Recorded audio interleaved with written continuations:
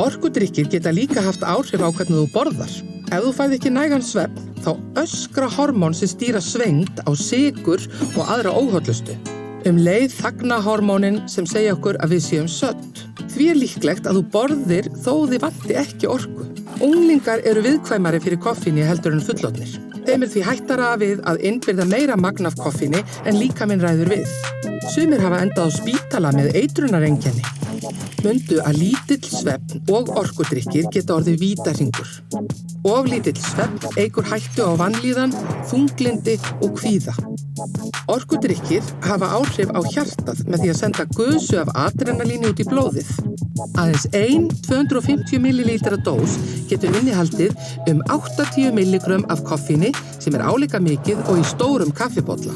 Slíkt magn veldur hæglega hjartsláttartruflunum, örari hjartslætti og hærri blóðþrýstingi. En rannsóknir sýna einmitt að helmingur ungs fólks upplifir svefnleysi, aukinn hjartslátt og óróleika við það að fá sér orkudrykk.